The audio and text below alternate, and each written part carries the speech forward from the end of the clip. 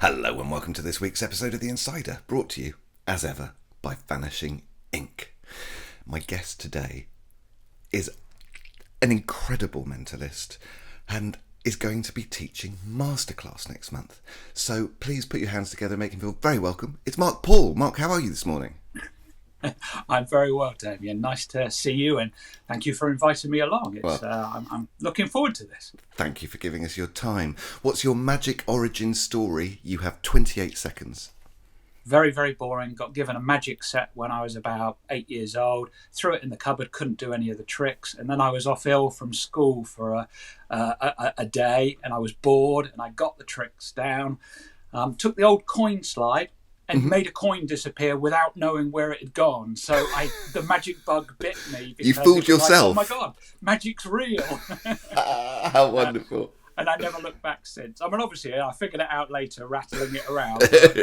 But no, never looked back. And it was, I think it was that magical moment that actually bit, why the bug bit so deep with me. Yeah.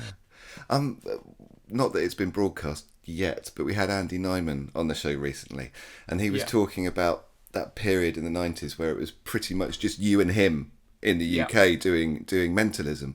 Why do you think so few people dabbled in it then, and why do you think it's so very popular now? Well, back then, mentalism was deemed to be quite boring. And in a sense it is, because it is very procedure based. Mm-hmm. There is a lack of visual element to it as well. What had happened with me and Andy, and what was lovely is that time was such a creative, fertile time for both of us, because we used to meet up all the time. I mean, this is after Marvin's Magic. Mm-hmm. We had met. You both graduated. I'd actually recruited Andy, to dem and sell Svengalis at Marvin's Magic. But this was afterwards. This was when we were both building our sort of careers as close-up performers. Mm-hmm. Andy was even doing things like kids' parties and stuff back then. And both of us recognised something sort of quite fundamental. From my perspective, I'm not funny. I'm not a comedy entertainer. Right. I had grown up on Paul Daniels and Wayne Dobson, and I had emulated them, but they weren't. I wasn't them. Right. That wasn't me. And I when I was 16, I used to do a telephone directory test in my sort of stand-up sort of show. The rest of the show was very standard. It was like, invisible deck and Chinese sticks and cut and restored rope. It was all traditional magic stuff. But I'd read this John Booth idea for a telephone directory test, and I put that in, and it killed. It killed every time I did. I was only doing like things like youth club shows and stuff. And so later on in life, when I got into my 20s, and we were making our living then as close-up performers, when I started to entertain the idea of having an upsell, a cabaret spot to sell in addition to the close-up, I returned to this idea of the telephone directory test because, it'd been impactful. And recognising that I'm not a comedy performer, I thought, actually, the mentalism side of it is so strong. The material from that is available to mentalists is incredible, and I had grown up on a diet of watching David Berglas on TV, right, and recognising that whereas I could watch, say, a Paul Daniels Magic show, and I could see all the classics, I could see Aerial Fishing or Miser's Dream, or I could see these classics being performed, yes, in different ways, but they were there, and I could go to the Tarbell course in magic and look these tricks up. Yeah. But with David Berglas, I couldn't look this stuff up. There was, the methods weren't there. It was like, what's going on here, right? So all of this formative stuff that was going on when I was in my teens sort of came to a head when I was in my 20s, which is the sort of the 90s, So when I'm in my sort of mid-20s, I'm sort of looking at this stuff and thinking, actually, this is powerful stuff. This is where I want to go, And I've always strongly thought, if you're going to call yourself a magician, what you're aiming for is the wow moment. You've got to amaze your audiences. And I'm not against comedy magic. Comedy's great, it's fine. But if you're getting more laughs than you're getting wows, the reality is you're actually you're a comedy performer. You're a comedy performer with props. So stripping everything away, you end up with these sort of fundamental mentalism effects that just are hard-hitting wow moments that are impacting the audience. And Andy and I both recognised that sort of at about the same time, and we worked a lot together. A lot of what you're seeing in Andy's book, I'm looking down there because it's on the bottom shelf there. In Andy's book called Bulletproof, a lot of those chapters, they were stuff that we were coming up with, and he talks about that in the book as well. Things like there was a billet routine he came up with called Con Air, and I remember I can distinctly sitting in his in his lounge, and we were working on that routine. I can distinctly remember that, and I think there was only one other person at the time. It was Graham Jolly, who was making a career and making a living as a mentalist. And again, Jolly had been heavily influenced by El Quran. He was a massive El Quran fan. And I think probably Graham, I'd never sort of talked to him about this, but probably Graham had a similar realization. Graham is actually very funny, but he likes that impactfulness of mentalism. So he was the only guy, and both Andy and I had seen Graham, and we were huge Graham fans. And yeah, I think it just suited our personalities to go in that direction, really. So, we were both mentalists. What happened with me? Obviously, Andy went the route of eventually, obviously, the Objective Productions and advising for Darren and so on. And my route, if you think sort of the mid-90s is when we're starting to become mentalists. And for me, in the space of about 18 months, I transitioned from being a close-up worker to being an after-dinner cabaret entertainer. And I did that just through upselling. It was, that somebody booked me for a close-up, and I'd say, free of charge, I'll add on like 10 minutes where I'll do something for the whole room. And then it was like, for an extra £200, I'll do something for the whole room. And then for an extra £500, I'll do something, I do 20 minutes for the whole room. And then and it got into, and I think another driving factor is, for me personally, I was a bit burnt out as a close-up performer.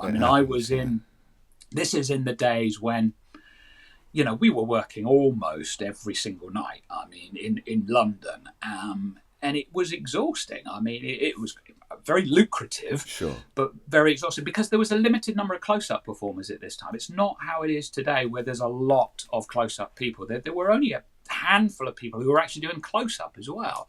So, I wanted to abide by my strict rule. This is a rule I've lived by all my life. Because possibly fundamentally I'm a little bit lazy. So actually my rule is to work less for more money. And the idea really of transitioning into the after-dinner cabaret market, that seemed to fit that criteria. You could charge more, but you were only turning up to do a 40-minute or 45-minute spot. So, I not think, having to interrupt people. Does that answer the question? That might have been No, it doesn't answer the question in any way. Although it was very interesting. What I was wondering was why you think so few people were into mentalism then, and now it's so popular. All right, well, let's give that a short, succinct answer on that. You see, that was to do with the perception that mentalism's boring. Right. I think, and it's sort of less interesting than magic. You get involved with the sleights, and there is this visual aspect of magic, and mentalism doesn't sort of really have that. And I think because of that, it draws less people to it. I also feel you have to be a stronger personality. It is much more about you than it is about the prop or anything else. It's actually quite a rawer form of entertainment. You're more naked, bit more. So I think that was where the lack of attraction was. And then of course the popularity is purely because of Darren. Darren breaks through, and just prior to that, before that, you had David Blaine breaking through with, yes, it's close-up stuff, but there was sort of mentalism elements to it as well that Darren picks up on, or the objective team rather picks up on.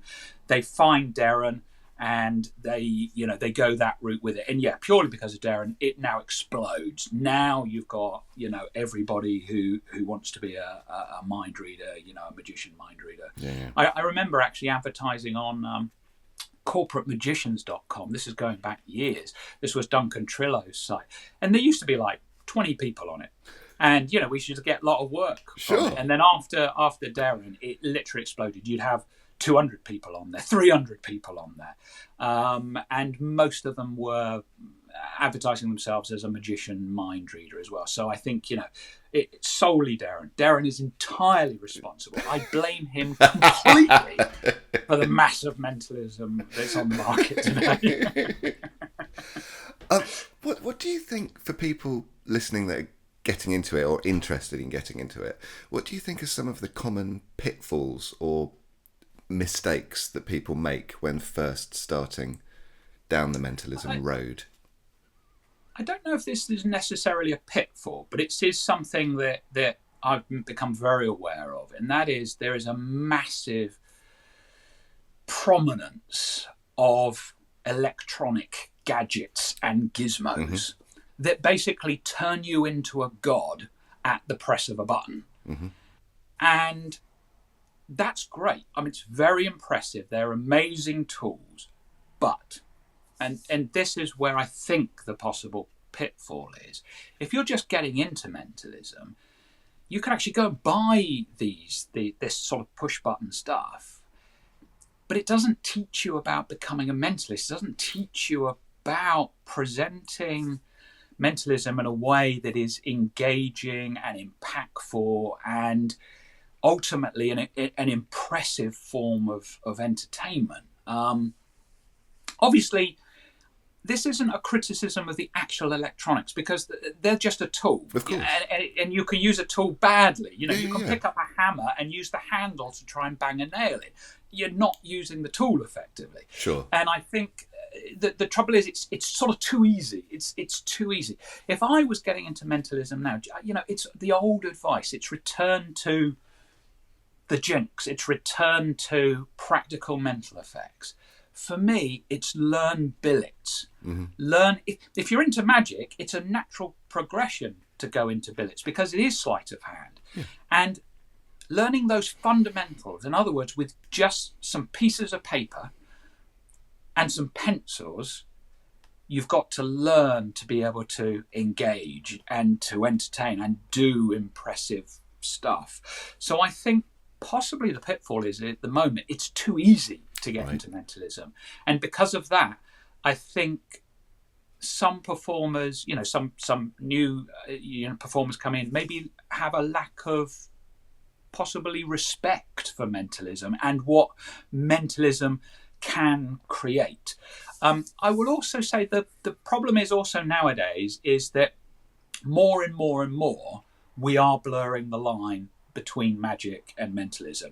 I do see a lot of performers that will go out and do close-up, and it is more of a melding of the two. And this is becoming apparent, I think, to the public. It may be just in the early days at the moment, but even someone like Darren is now, it's leaning much more towards, mental illusionist or whatever the strap line of the show is today. It is, magic is not, perceived as such a bad word now. So the magic and mentalism line is being blurred to both the public and to us as performers as well.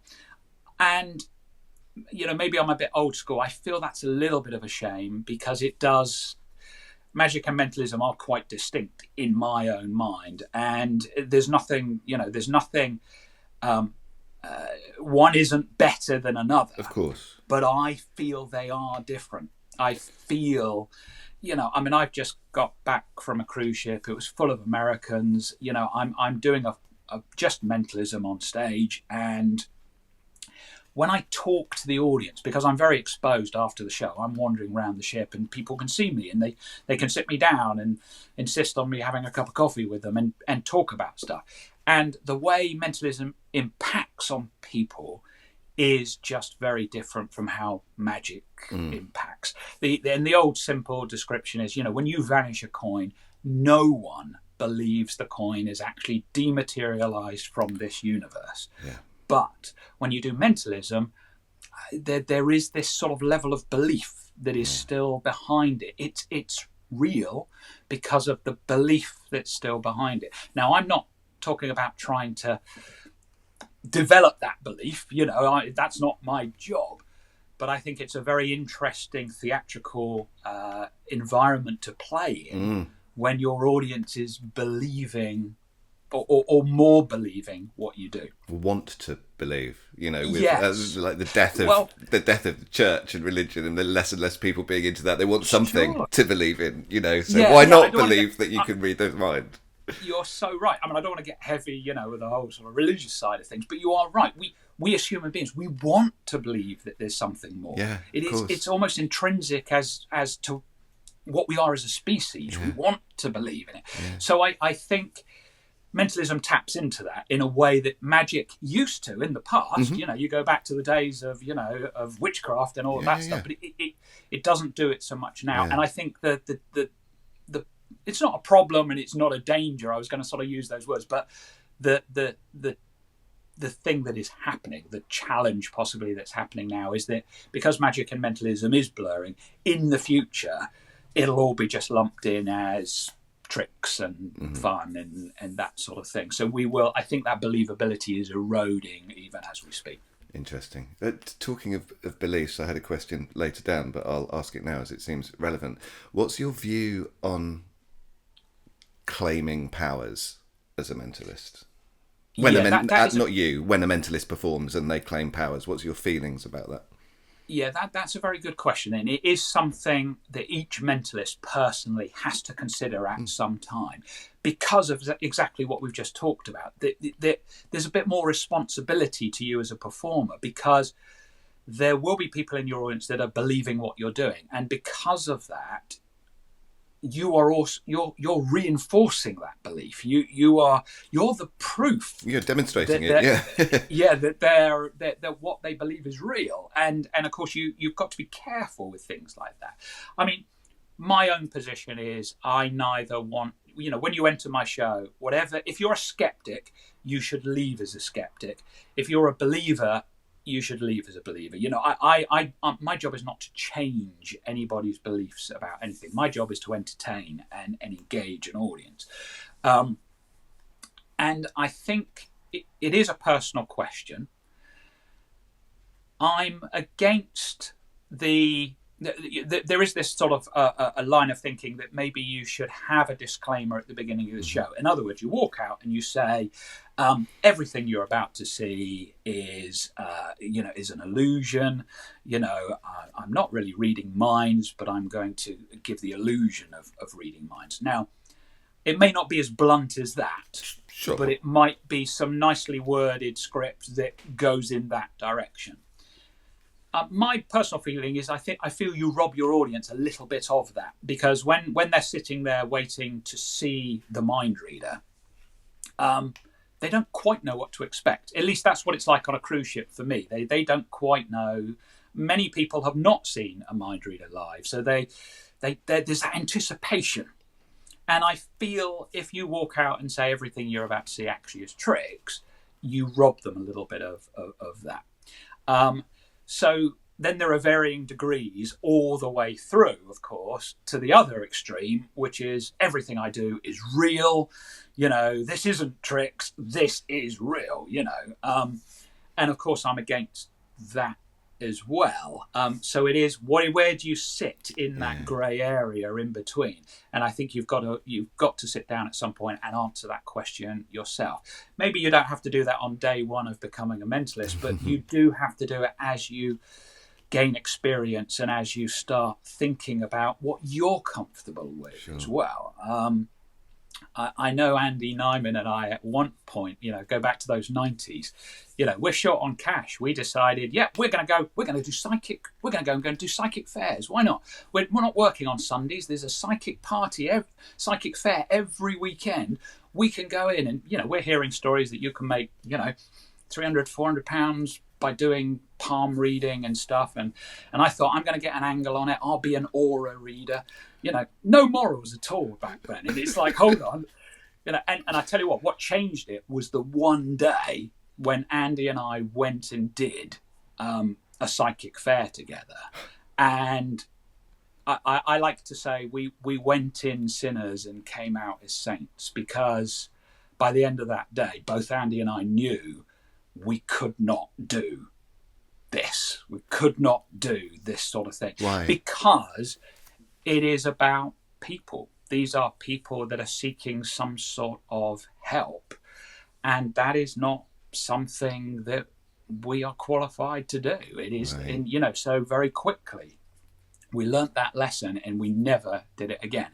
And I think that also sort of gave us a line of where we sit on that scale, Actually doing it firsthand and seeing the desperation. I don't advocate that you do that. This, I would say that was the naivety of youth that made me do that. But an interesting lesson nonetheless. Yeah, and a proper life lesson. So my perspective in that scale is coming from experience. It's not something where I've sat down and thought, well, this would be a nice script to say at the beginning of the show. Yeah. It is something you consider. I'm against this is all tricks, and I'm against this is genuine, real psychic phenomena.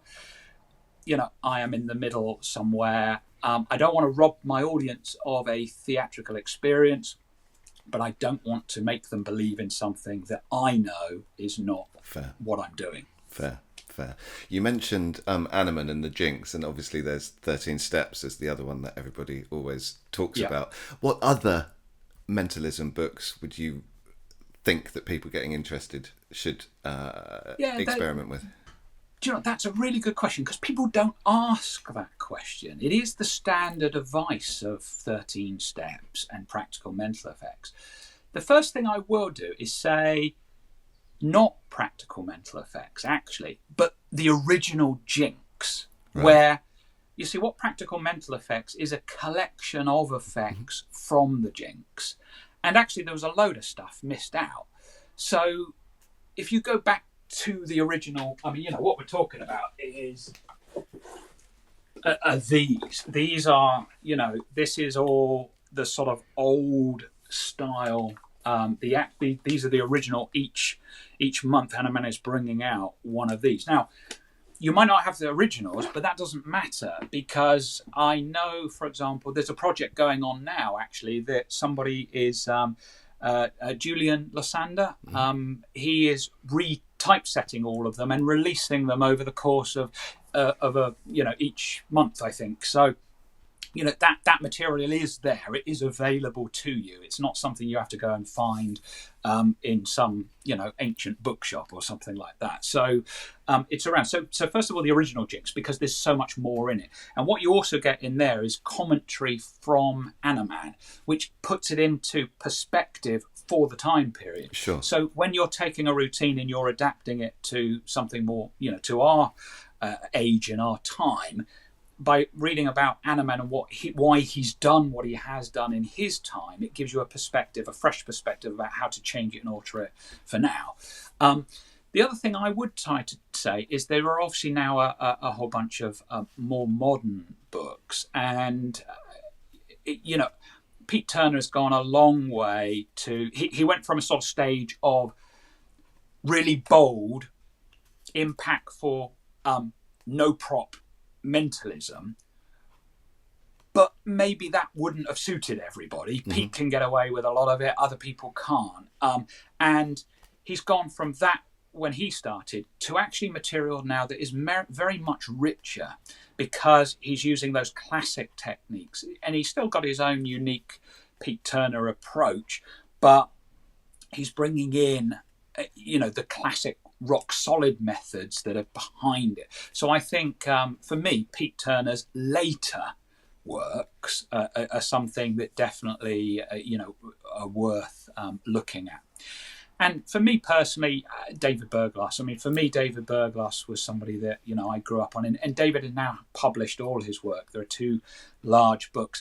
Unfortunately, they are quite expensive, and they're obviously becoming rarer as well, because I think there was just a limited print run. But there's the Mind, Myth and Magic of David Berglas, and there were the Berglas Effects, which are all of his card work. So for me, I reference those works all the time.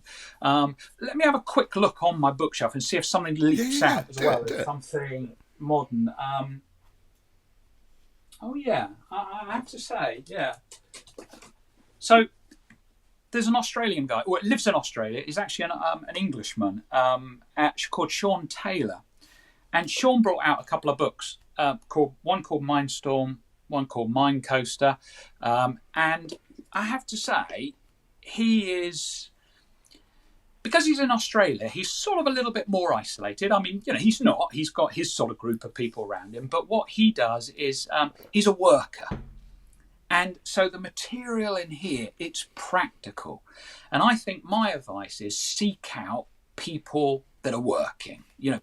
People that are performing close-up mentalism or performing cabaret mentalism. If you want to learn mentalism, go to the pros that are releasing material. Go to the people that are actually doing it.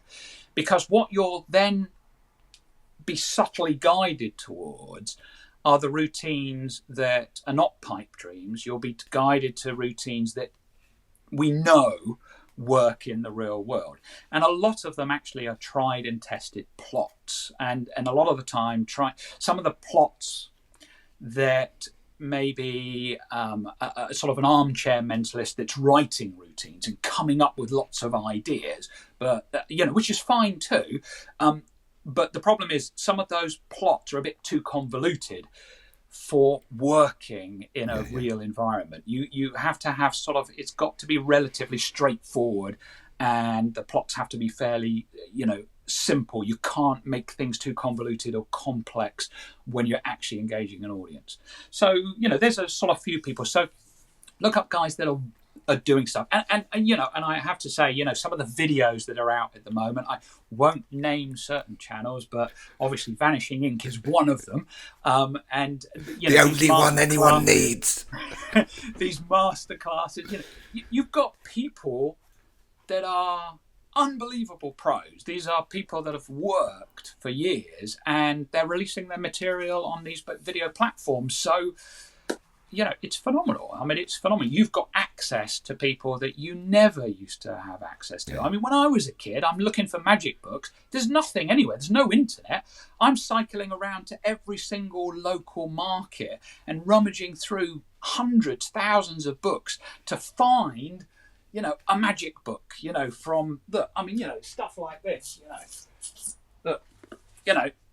the secrets of modern conjuring. Look how modern that is, guys. Very modern. I mean, look, it's falling apart. But, I picked that book up when I was probably 14 or something, and was really pleased to have it because that's what I had access to. I had access to stuff like simple conjuring tricks, by Will Goldston, though. Will Goldston. So, this is stuff I grew up on. And I think today you've got to be more selective. You have to be more selective because there is a deluge of material that is out there. And just by definition, some is going to be better than others. So my advice is, look for the people that are actually working, the people that are actually doing it. And I think you'll get better advice from them. Fantastic. We had that there, Hector Chadwick, on the show last week, and I asked him a question that I'm going to ask you as well. Okay. Which is, what aspect of mentalism would you put into Room 101? What a brilliant question. That's great. There's quite a few things, actually. One thing that pops to mind, one thing that pops to mind is sometimes we're very hung up on methods. So for example,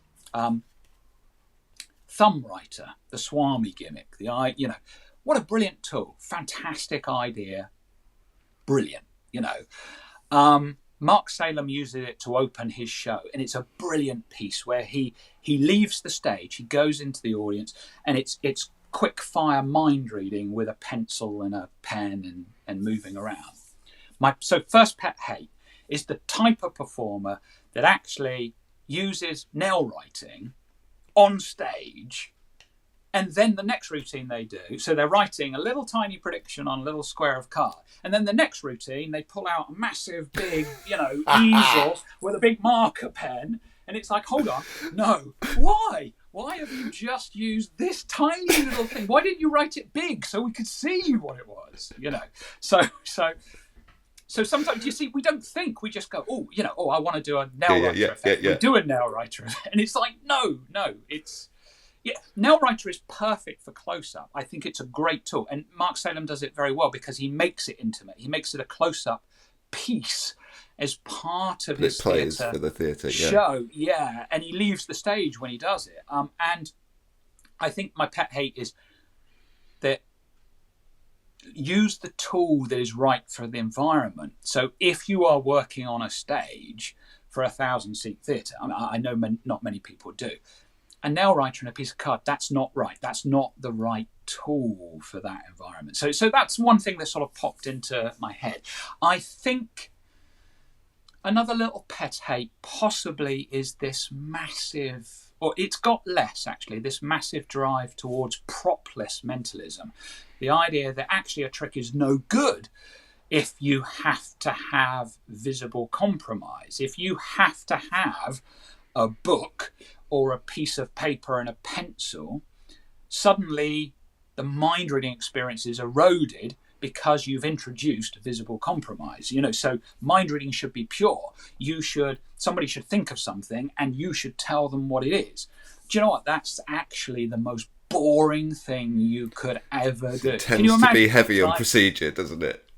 Yeah, I mean, you can make the procedure entertaining and engaging as part of it. You can also make the procedure more. It makes the effect more impossible. I'll give you an example to sort of illustrate this. So you're doing a word test, and you're going to use a book to have the word selected. Now, maybe somebody who's into their propless mentalism will say, well, no, you should just think of a word and I should divine it. And there are various possible methods for doing that, from psychological forces to progressive anagrams of some sort or whatever. So you do that. Now, the first thing is, some of the propless methods, they're a little bit convoluted. So you lose clarity of plot. The second thing is, let's say we have a propless method that's really clean. The problem is how does that look to an audience? Well, let you think of something. I now reveal what you're thinking. To the general public, this is a setup. This is something that happened before that. And the reality is, it probably is. There might have been some sort of pre-show work. They don't know the details, but just on a simple, logical approach to solving the problem, there is a setup here. This guy's a stooge. Something's going on I don't know about. Right. On the other hand, let's look at a book test. So let's say we've got Mother of All book tests, which is a very clean book test, very clever method. I'm sure Vanishing Inc. sell it, probably. I'm sure they did it at one stage. It's quite an old trick now. But here's the beauty of this. You can hand someone a book. Okay, and I'm traveling a lot. So I say, I've grabbed some books from the library off the ship. Here are some books. Pick one of them. They're picking Mother of All book tests at this point. And I say, okay, open it up to any page you like. That's a random place. You might think maybe, somebody's opened that book a lot of times at that page. So you can flick on a few pages or back a few pages. And now, happy with that page? Great. Now have a look around the page and choose a single word. To make it difficult, choose a long word, something a bit challenging. Don't choose a word like and or the. Have you got a word in mind? Something a bit trickier, longer word. Great, fantastic. Close the book up. Now, what you've done there, you've gone through the procedure, but the procedure has heightened the effect of what you're trying to achieve. You see, that procedure is incredibly fair. And the audience has seen that fairness. So now when you reveal the word the person's thinking of, the effect is actually much more ramped up. So although we've gone through procedure and we've definitely introduced visible compromise, I feel it's a better effect. I feel the impact on an audience is better. And I know it is because that's my experience of doing it. If I do something clean via possibly pre-show or some electronic device or something like that, I've got other things where there is a clean, fair procedure that goes into it, then actually I prefer the procedure. I prefer the audience knowing what's going on, showing that it's incredibly fair, and showing them how impossible it is. Yeah. You're taking them on a journey. And another great example, I watched on the there's a clip on the internet of Robert Harbin doing the zigzag in like 1967 on the Palladium stage. This was just after the illusion was created. It's a genius piece because a modern illusionist performs it with rock music going on in the background and spinning the box and jumping around and all this. Harbin didn't do any of that. Harbin performed it as a patter piece. It was about 12 minutes long. And he gets up, someone from the audience, they examine the box, his assistant gets in the box, the person from the audience helps Harbin put the blades through the box, they help him push out the middle of the girl, they check her face is still real, they check that her tummy is still real, her hands, her feet, they shake hands between the space, in the space where it is, proving there's no mirrors. Everything Harbin does is disproving something that someone in the audience is thinking. Yeah. So by the end, you have this utter miracle that there's no explanation for, and it's brilliant. And that's all procedure. It's procedure, but the procedure adds to the effect. Just like in that book test example. The audience is aware of everything. They're aware of where that word comes from. And if you can justify it, if you say something like, sometimes, when you ask people to think of words, they tend to go within a range of about sort of 20 familiar words. So actually, I want you to choose a random word, so you that makes sense as well. So, here's some books, just open it up any page, get a word, we're off. So this idea of propless mentalism, I think, is going from a false perspective. I think this idea that propless is purer, but not necessarily better. I don't. Purity of effect. You lack everything. It's we want to go on the journey. Performance is about storytelling. It's about the journey. It is not just the end result. You don't buy a book and turn to the last few pages and read those to see what happens. You read a book to go on the journey with the author. So propless mentalism, I think there is some clever propless mentalism out there. So don't get me wrong. I'm not criticizing the whole genre, but I think part of that needs to go in Room 101 without a shadow of a doubt.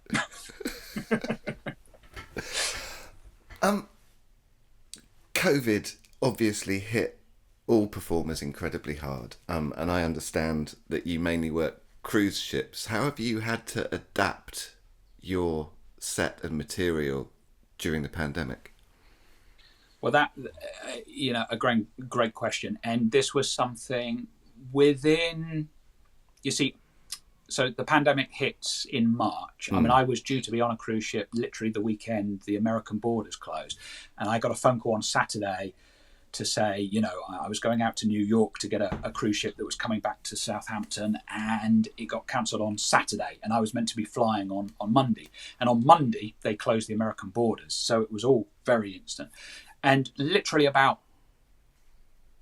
within a month of that, there were already memos going around saying that when cruise ships start up again, and there was a thought that it was going to be in a couple of months' time, that socially we would all have to be socially distant. In other words, I've made a reputation in the cruise industry. It's a very audience interactive show. It is.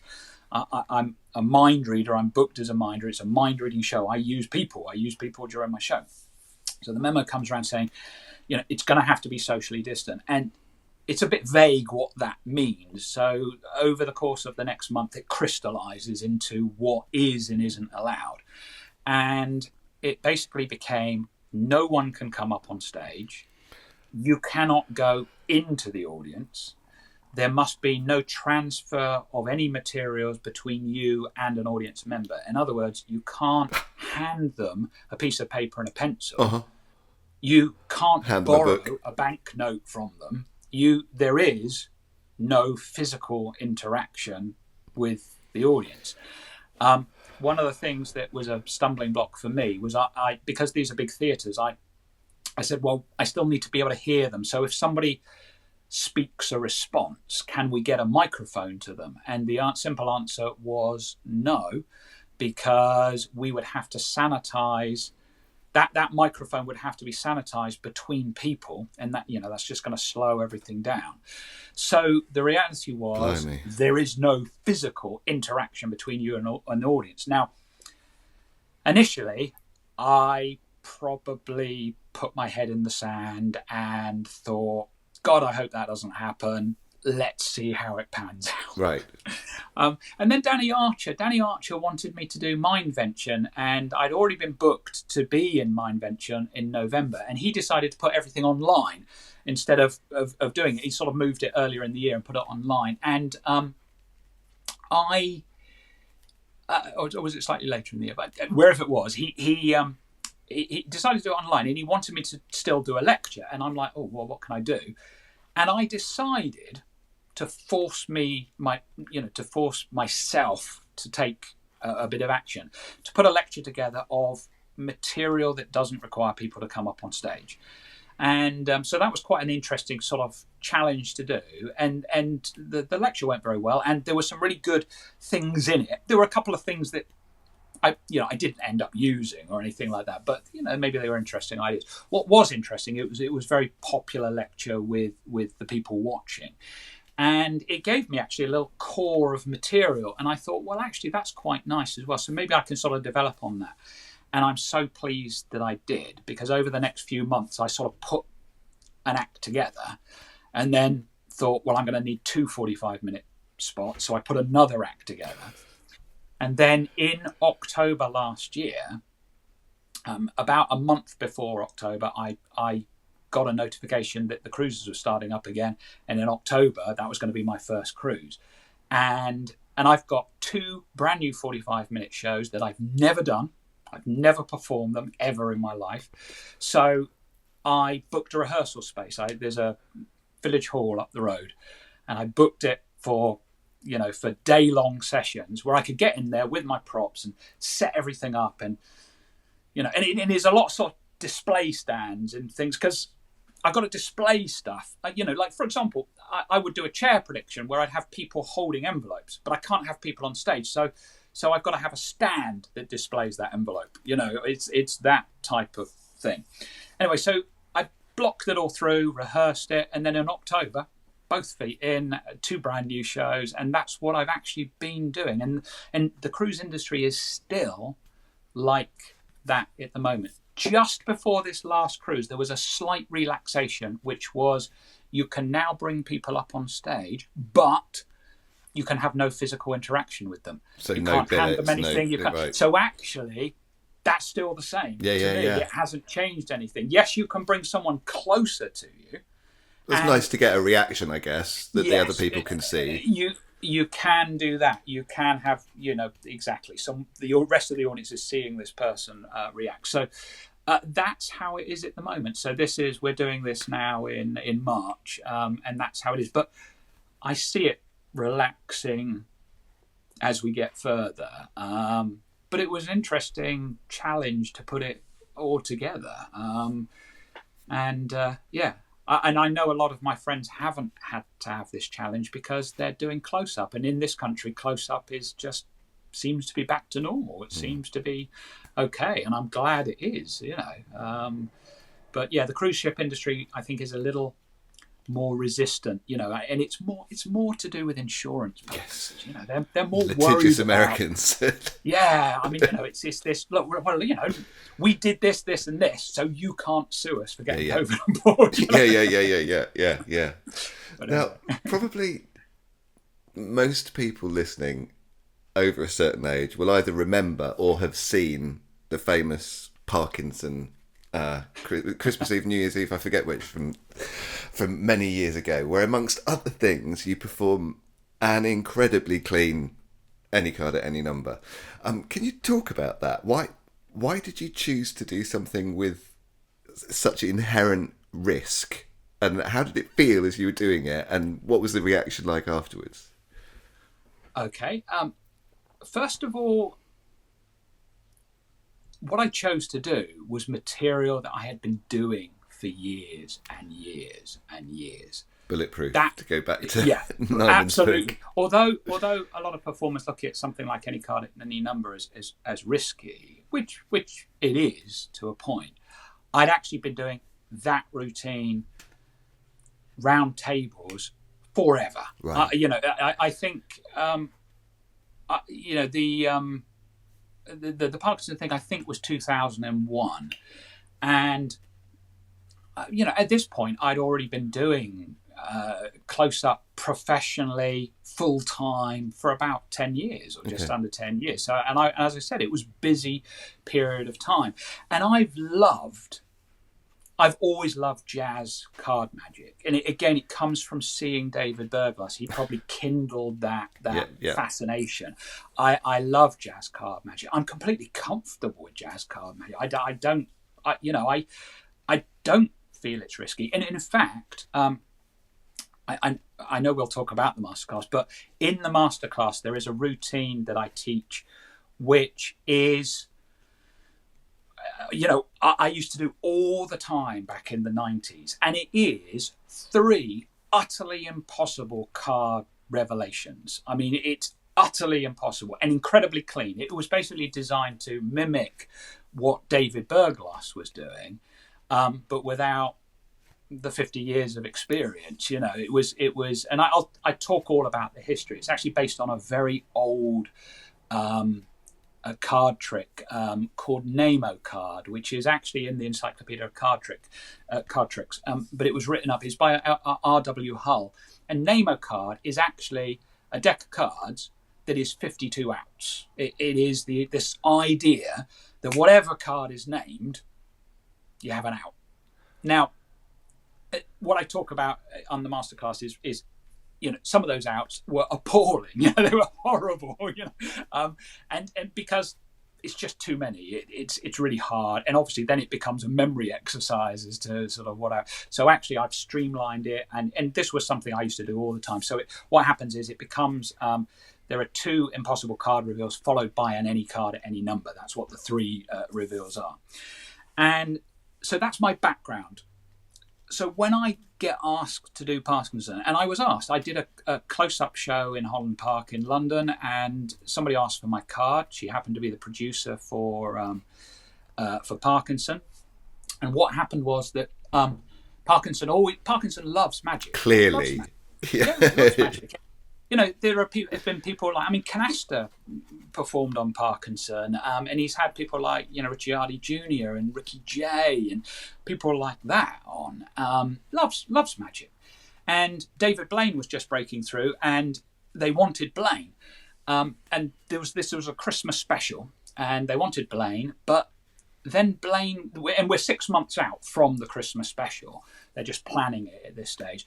And then Blaine goes on to the Eamon Home shows and does the weird, look in my hand, and Parkinson, they just decided, no, we don't want him. And I was very lucky because the producer said, oh, well, I saw this great guy at a party, a few months ago.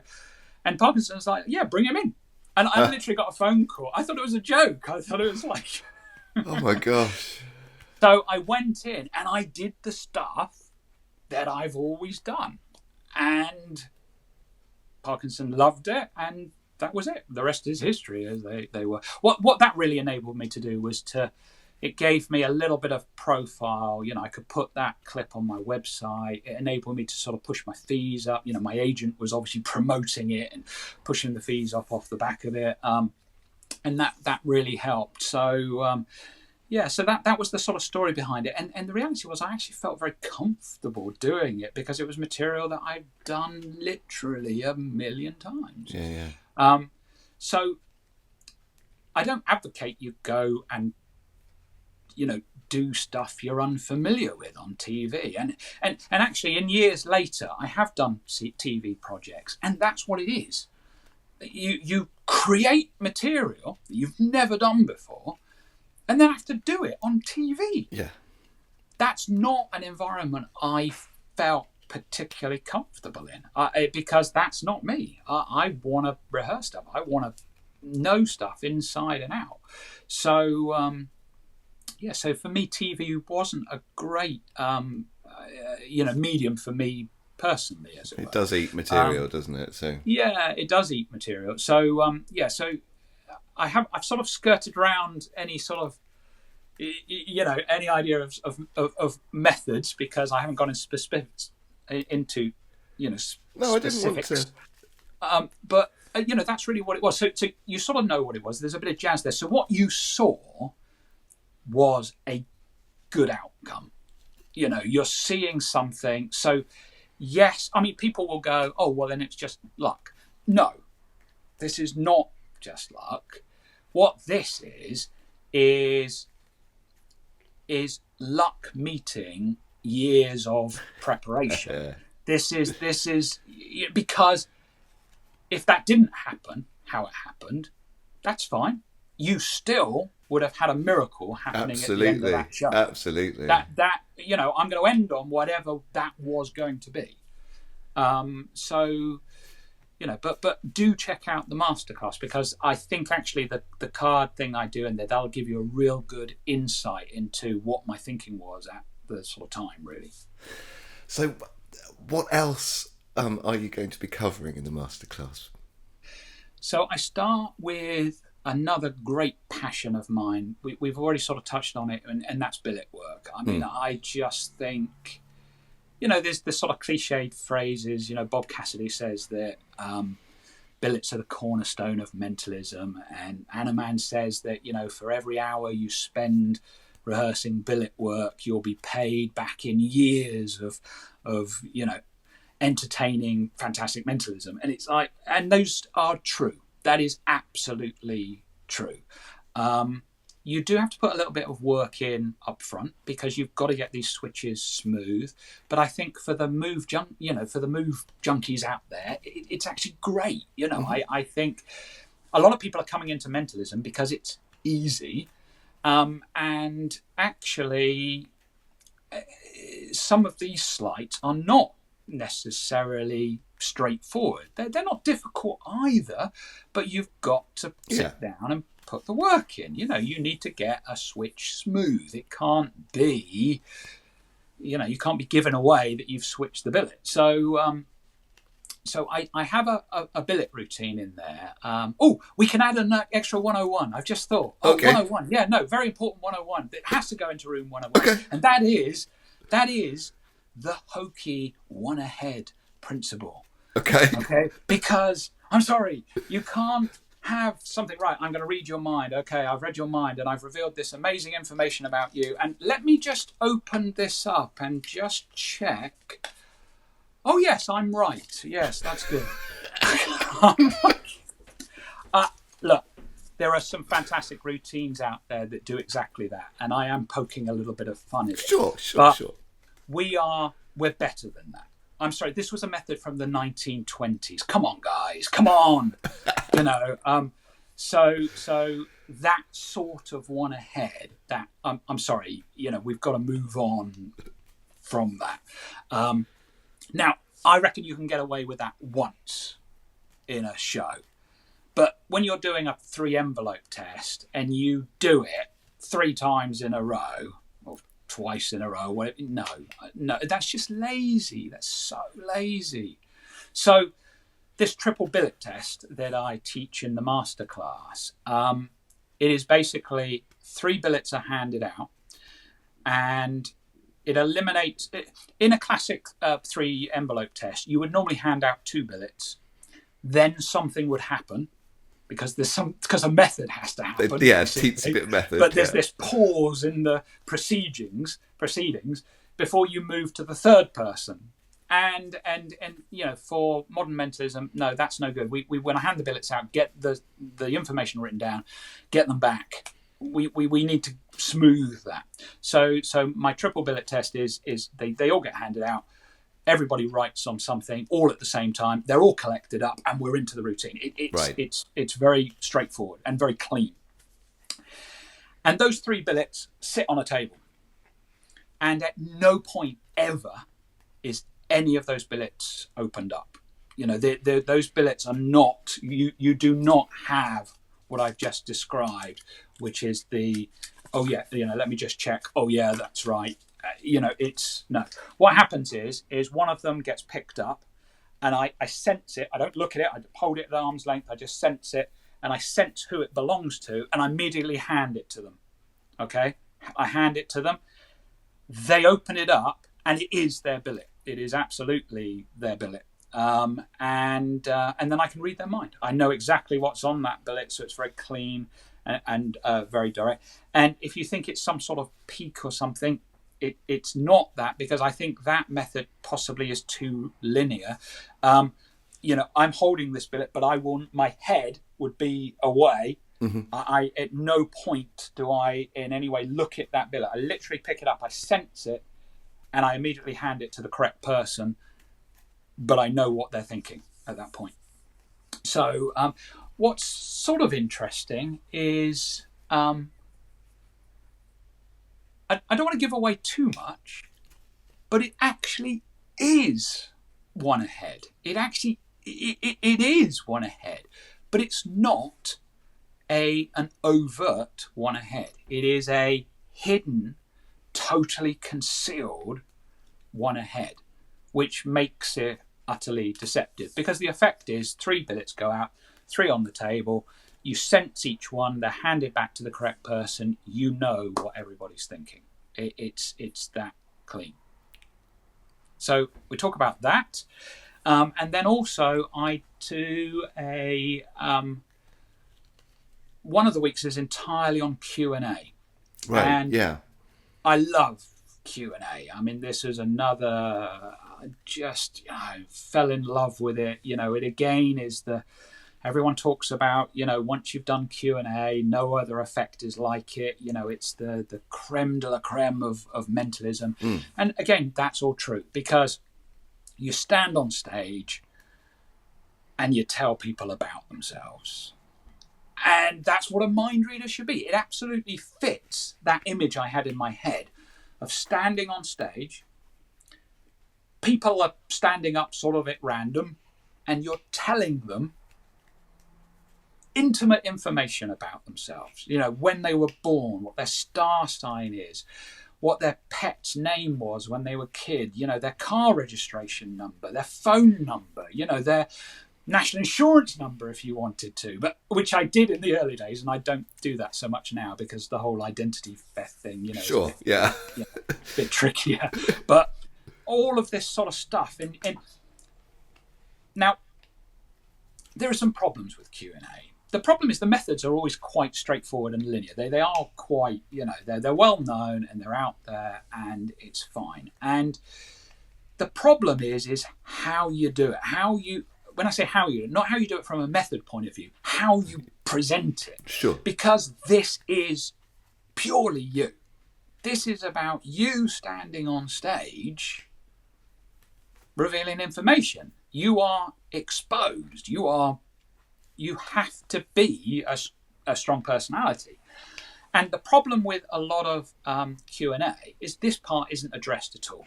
It's just let's say it's like a billet Q&A. You're picking up a billet and you sense it and you reveal the information and you dump that and it's correct and you reveal another one, and it's quite repetitive is one thing.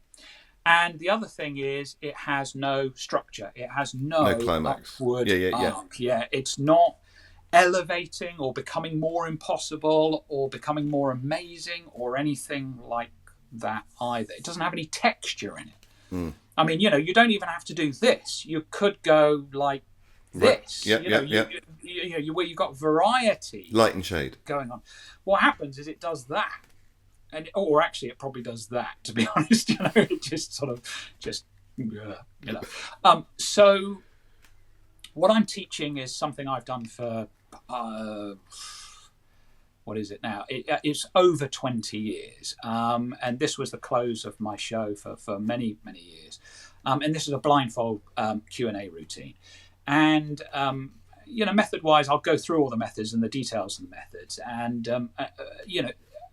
if you're an experienced mentalist, you'll know the methods. I've not come up with some revolutionary way of doing Q&A. Sure.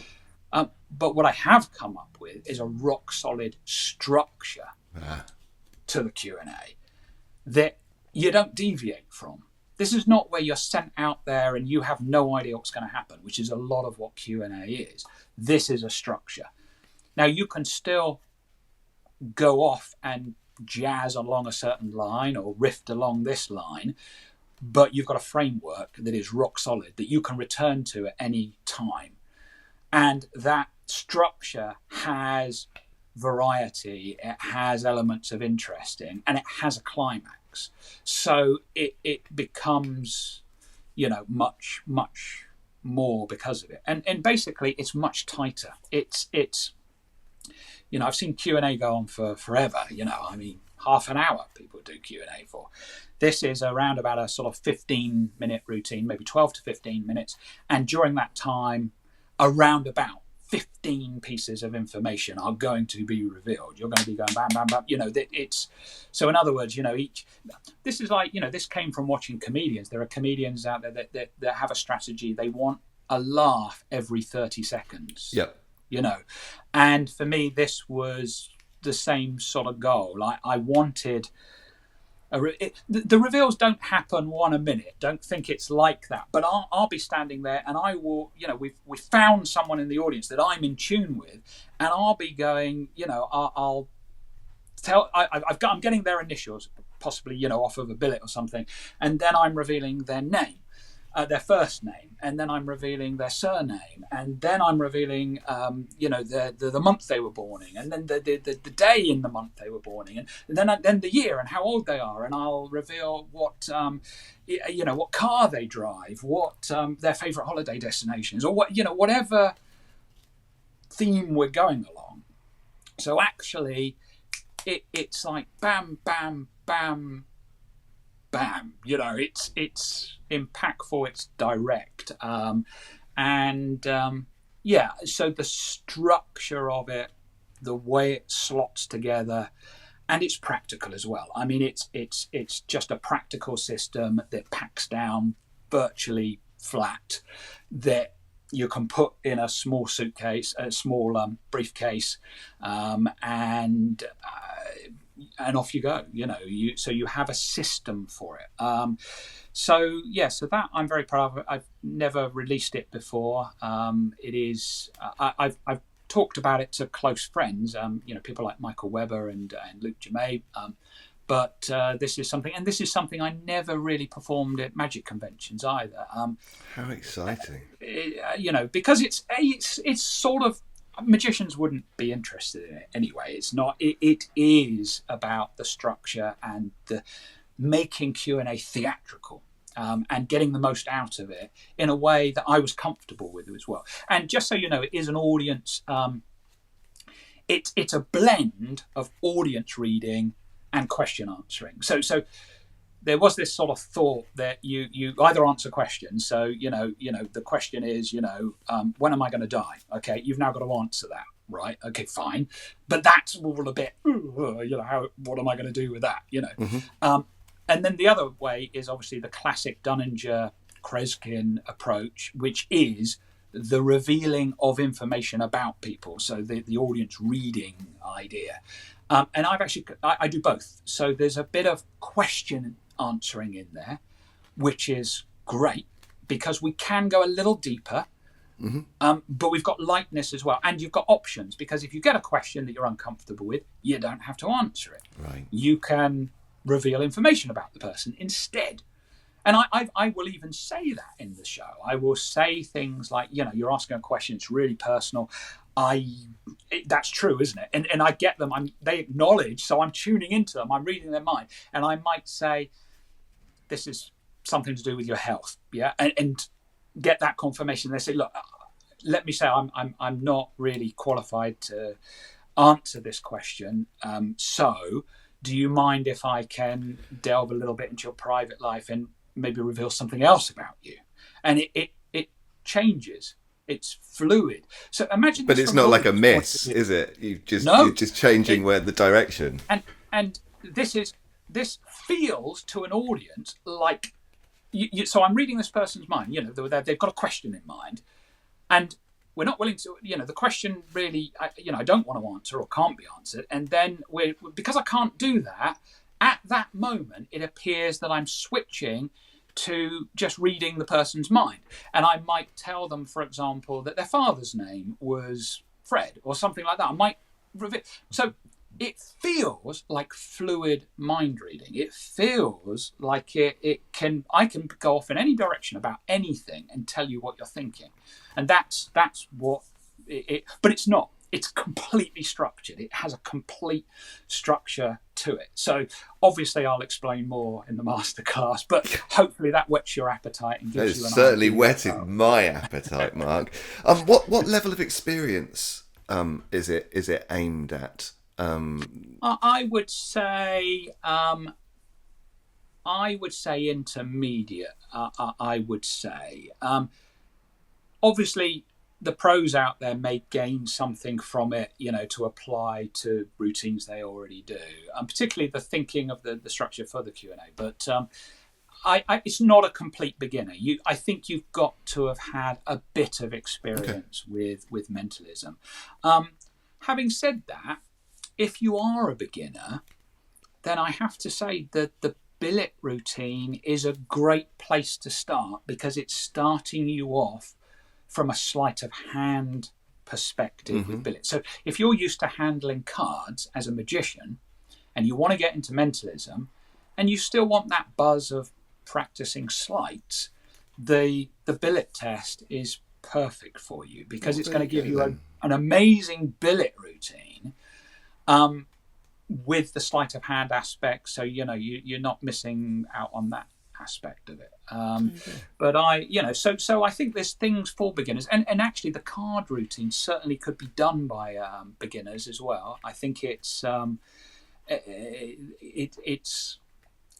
cerebral system. It's not it's something you sit down, you learn it, you can do the card stuff. So that would be okay. So basically week 1 of the masterclass could be beginners to intermediary. And then I think week 2, which is the Q&A, is probably is intermediary. Okay, perfect. So there is actually something for everybody. Yeah, I think so. Mark, we are horribly over time, but we always end the show with 4 quick fire questions. Are you ready? Yes. Okay. I will be short with my. It's me, Damien. It's all really interesting. No, it's really interesting. But we have to end at some point, man. Favourite pizza topping? Oh, good one. People are going to hate me. Tropicana. I do like the pineapple. I'm sorry. Pineapple, ham, and mushroom. There's no judgment here, man. Favourite movie? Or if you have me in Italy, then no, it would be rucola and shaved parmesan. Okay. Just so the Italians don't kill me. Favourite movie? Favourite movie? Well, I'm of the age. Star Wars. 1977. I watched Star Wars. God, I don't know, 10 times in a row. It's ingrained on me. I'm very disappointed. My son, who's 17, is not into Star Wars. I just showed it to my 7-year-old daughter a few months ago, and she loved it. So I was. You're lucky. But I have to say that the Avengers stuff was amazing. The Marvel Universe stuff. I was totally into that as well. Brilliant stuff. Brilliant. I love those epic long adventures. Brilliant. And I'm very lucky because I get to watch them all free on airplanes and in cinemas on ships and stuff. It's great. I don't think I've paid for a theatre ticket for years. Obviously, I don't get to see it when it's released, but I see it quite shortly afterwards, which is not bad. Favourite person or people who make music? Favourite person or people making music? Well, again, I'm sort of have to go back. I'm sorry, I'm old. I mean, Led Zeppelin, Stairway to Heaven. Okay. I remember laying on my bedroom floor, listening to that like over and over and over again. And if it ever comes on the radio, I'm transformed back to that moment, and this is not a 3-minute track. This is something that goes on for about 14 minutes. And it's amazing. And then, the other one is Pink Floyd's The Wall. Same thing. It's like, I'm just transformed. If I hear that, I'm like 16 again. Yeah. So, yeah. And finally, who would you rather fight? One massive Andy or 100 tiny Joshuas? Ooh, there's a good one. I think I would fight one massive Andy. I think. But I don't know why. I think there's this worrying thought of little tiny Joshuas climbing up my legs and me trying to swipe them off and they're still climbing up. So I think, and I don't like mosquitoes or anything like that. So maybe that's what's guiding me toward. If you said one big Joshua, maybe it would be one big Joshua. It changes with each interview. It's Depends got what to I be, feel. as the question was phrased, one big Andy. Okay, done. Marc Paul, thank you so much for giving us your time, and I very much look forward to learning from the masterclass next month. Thank you very much, Damien. Thank you for having me on. Cool. Boom. That was wicked, man. Thank you.